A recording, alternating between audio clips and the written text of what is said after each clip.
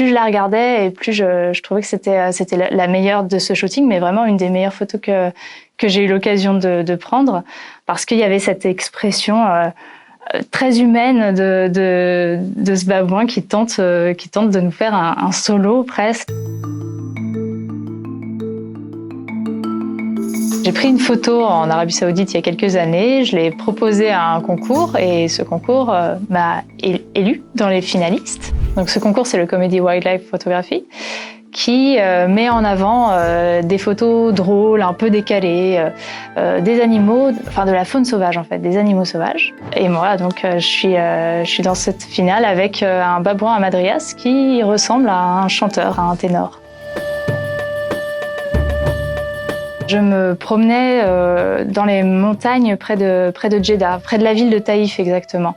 Il y avait ce babouin, ce mâle, très beau, très majestueux, avec un beau manteau de poils. Et là, il a commencé à bâiller doucement, gentiment. Donc j'ai commencé à le prendre en photo tout simplement. Puis il a bâillé de façon de plus en plus intense jusqu'à montrer vraiment ses crocs très puissants. Et c'est en regardant mes photos après, les unes après les autres, où là je me suis arrêtée et je me suis dit « Ah, celle-ci, elle est vraiment différente des autres. Il se passe quelque chose. » Parce qu'il y avait cette expression très humaine de ce babouin qui tente de nous faire un solo presque. Alors on a l'impression qu'il est maquillé, on a l'impression qu'il a du col sur les yeux. Il est très beau.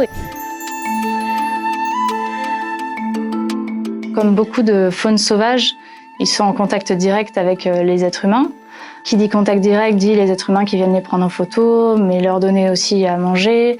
Et quand on donne à manger à un animal, il oublie un peu son caractère sauvage, il sait plus bien comment chasser, du coup on leur enlève cette particularité et ça c'est un vrai problème, que ce soit un babouin en Arabie Saoudite ou un wapiti au Canada ou même, on voit que la prolifération aussi des goélands en Bretagne, c'est aussi parce qu'ils ont accès à nos déchets en fait.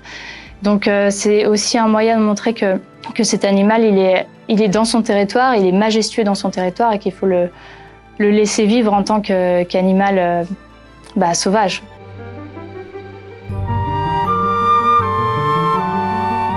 Pour l'instant, j'ai plus photographié les côtes bretonnes parce que c'est de là dont je suis originaire. Et je me suis mise à photographier des animaux très communs, des mouettes rieuses par exemple, des huîtres épis qui sont très présents aussi sur nos côtes.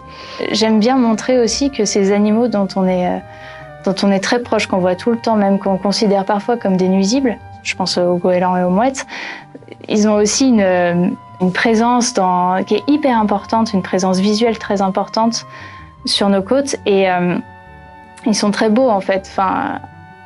Les prendre en photo, c'est juste montrer aussi que c'est pas juste des animaux communs, c'est pas juste une mouette de plus, c'est vraiment des animaux qui évoluent dans leur milieu naturel, qui sont très majestueux quand ils commencent à prendre leur envol, quand le soleil traverse leurs plumes, c'est juste magique à regarder et c'est encore plus magique à pouvoir prendre en photo. Et la photo permet justement d'avoir ces petits moments qu'on voit pas forcément à l'œil nu parce que tout se passe très vite, mais ce petit moment précis où le soleil transperce les ailes d'une mouette rieuse, c'est juste magnifique à voir.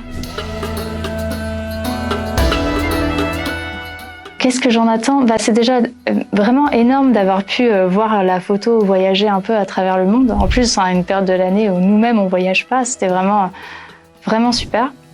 Et ce que j'en attends vraiment aussi, c'est que je crois que c'est la première fois qu'on voit un babouin à Madrias d'Arabie Saoudite dans ce concours, donc peut-être qu'il y aura une prise de conscience sur place. Sinon, c'est pas gagner vraiment qui m'intéresse.